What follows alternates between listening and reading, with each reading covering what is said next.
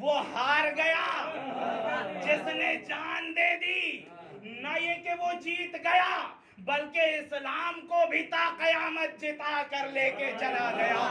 صلوات بر محمد و آل محمد. لبیک یا حسین، لبیک یا حسین، لبیک یا حسین، لبیک یا حسین، لبیک یا حسین، لبیک یا حسین، حیدری یا علی، حیدری، یا علی. آواز بلند نعرے صلوات.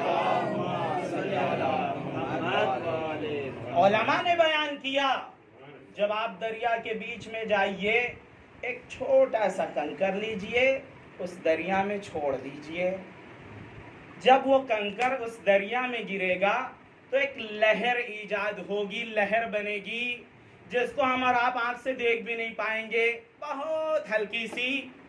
لیکن جب یہ لہر دھیرے دھیرے دھیرے دھیرے جتنی دور جاتی جائے گی اس لہر میں بڑھاؤ ہوتا جائے گا اور آخر میں نوبت یہ آئے گی یہی کنکر والی لہر بڑی بڑی کشتیوں کو الٹ دینے کے لیے کافی ہوگی.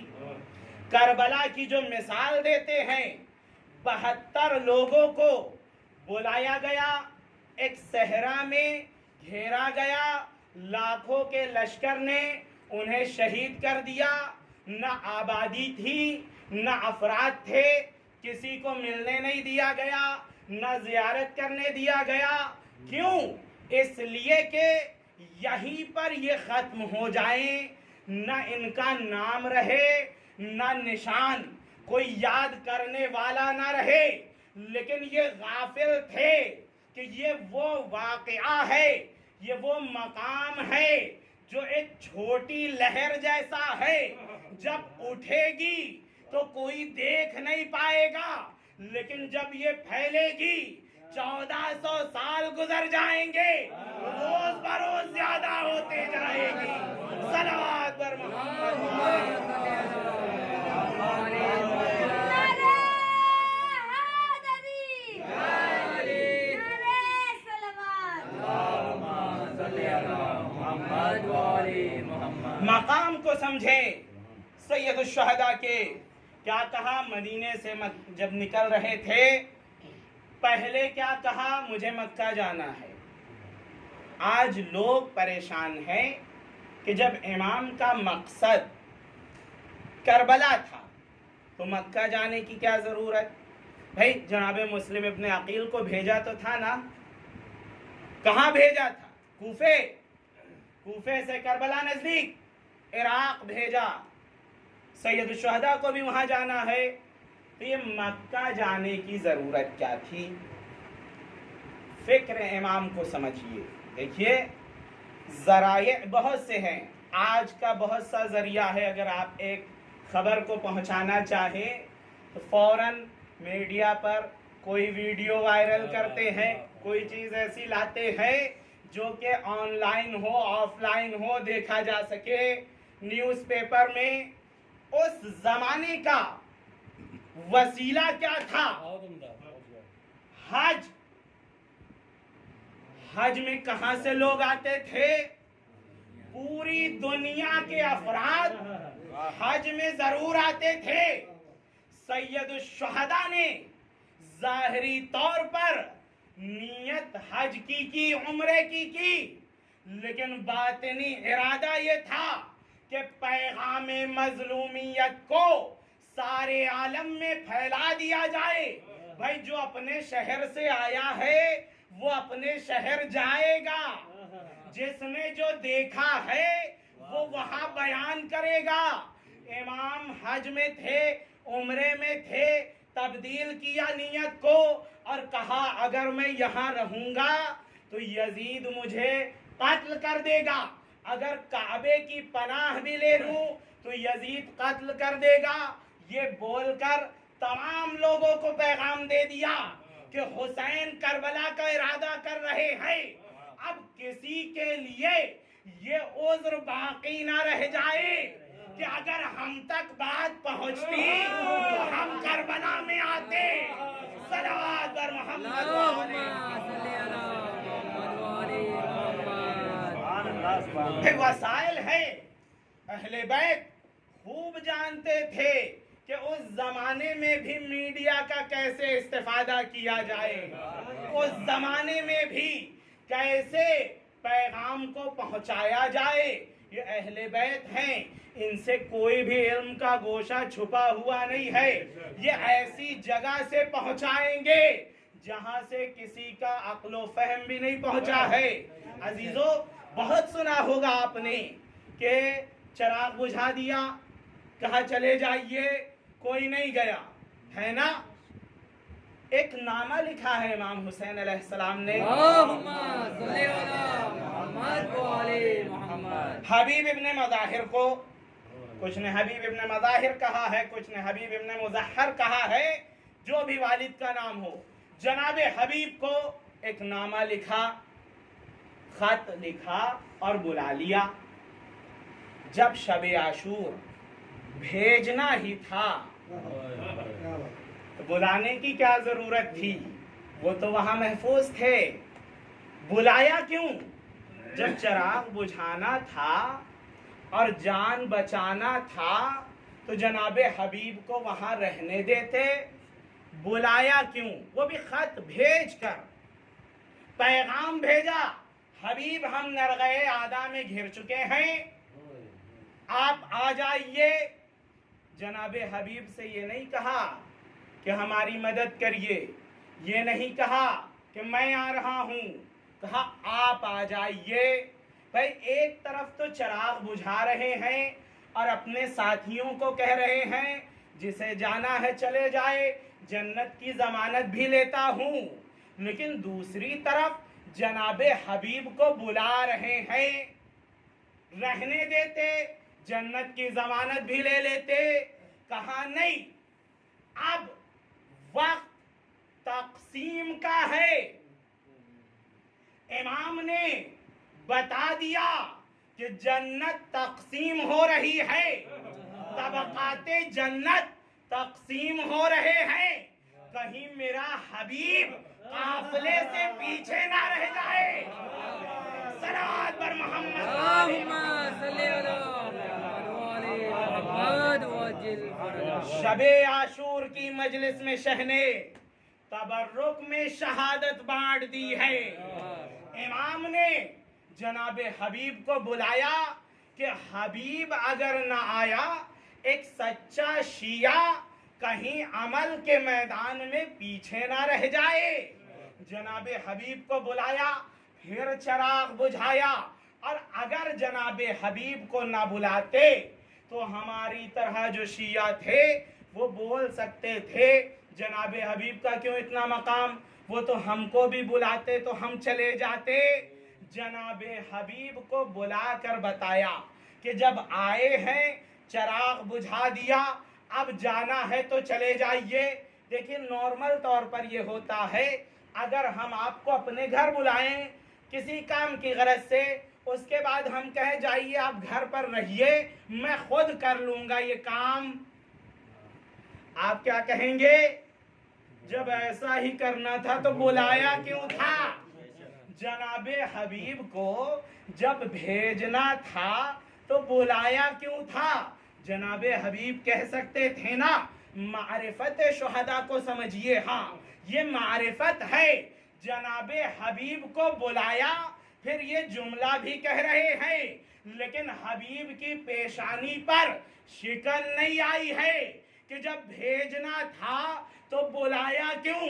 کیونکہ وہ جانتے ہیں کہ یہ میرا مولا ہے، اللہ کی طرف سے بنایا ہوا امام ہے، اگر یہ کچھ کہہ رہا ہے اس میں بھی مصلحت ہے، بلا رہا ہے یہ بھی عین حکمت ہے، بھیج رہا ہے یہ بھی عین حکمت ہے۔ صلوات بر اللہم صلی علی محمد و علی محمد۔ نعرہ تکبیر، نعرہ رسالت، نعرہ حیدری، حیدری، آواز بلند نعرہ صلوات۔ شہدائے کربلا معمولی افراد نہیں تھے، ان میں کان رجلا فقیہا جیسے افراد ہیں۔ جب بھیجنا تھا بلایا کیوں؟ بھائی حبیب نے ایک ایسا جواب دیا ہے، دیکھیے اگر امام حسین علیہ السلام اللہم صلی علی محمد و آل محمد حبیب کے امام ہیں تو حبیب بھی امام کے معموم ہے، کوئی عام فرد نہیں ہے۔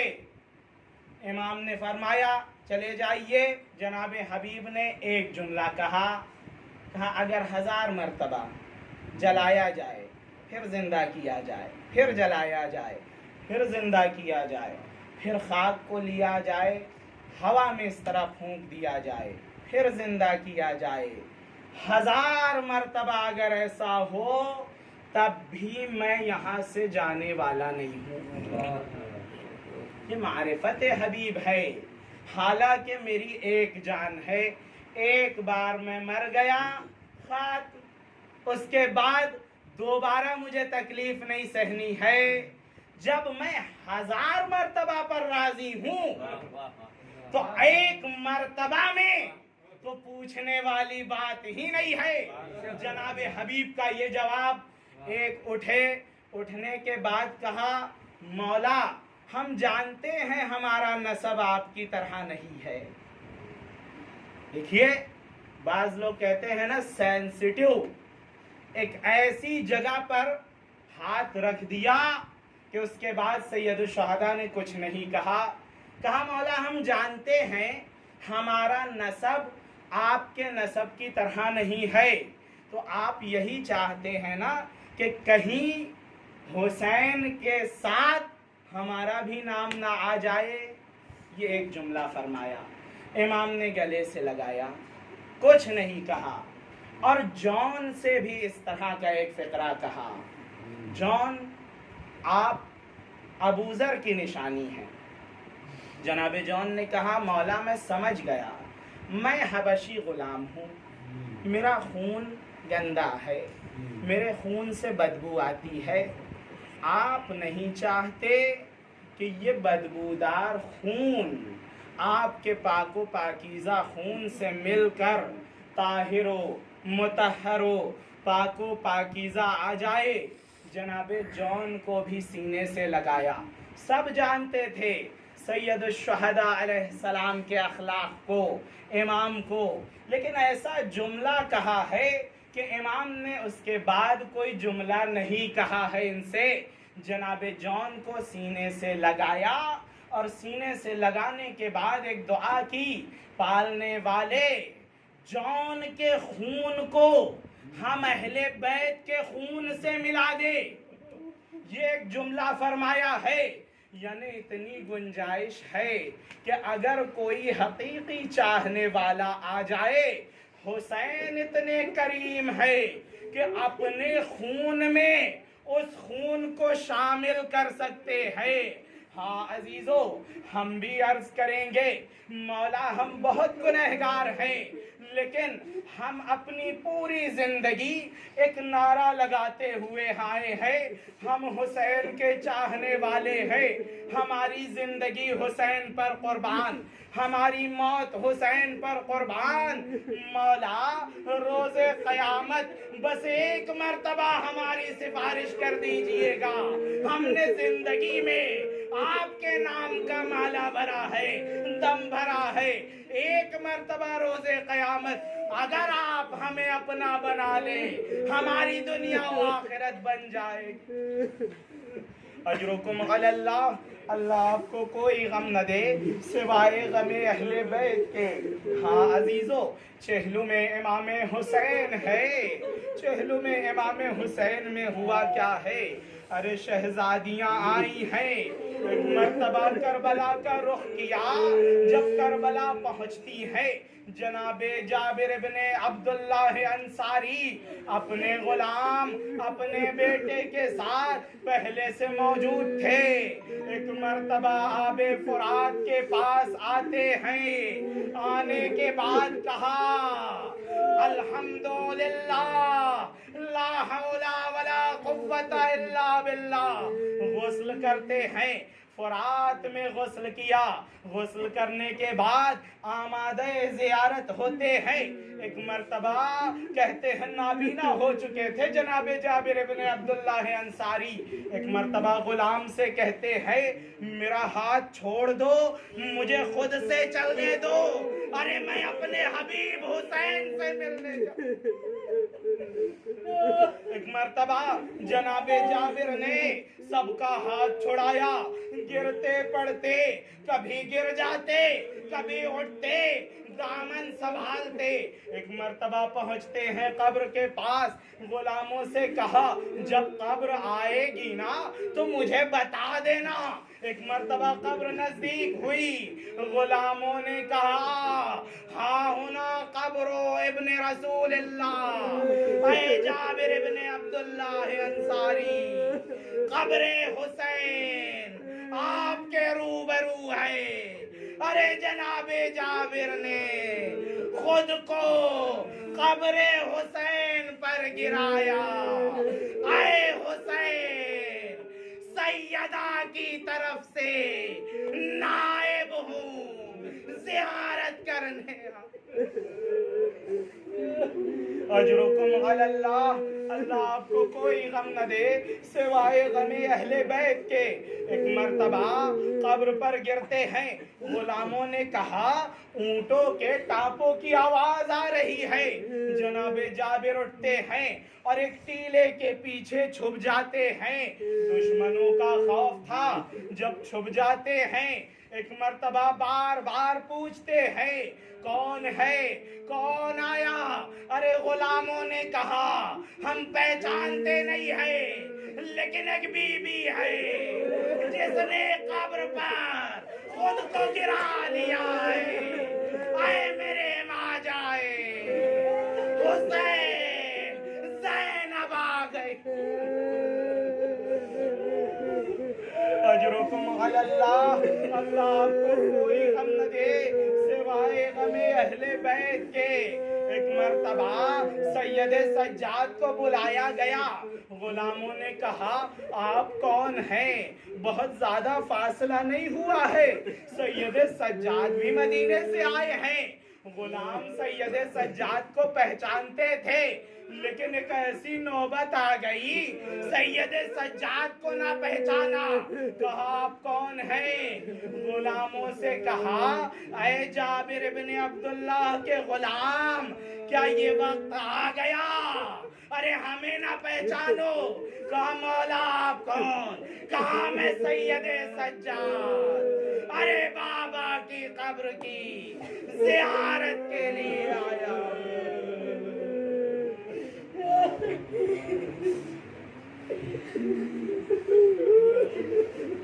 الا لعنت اللہ علی القوم الظالمین، وسيعلم الذين ظلموا أي منقلب ينقلبون۔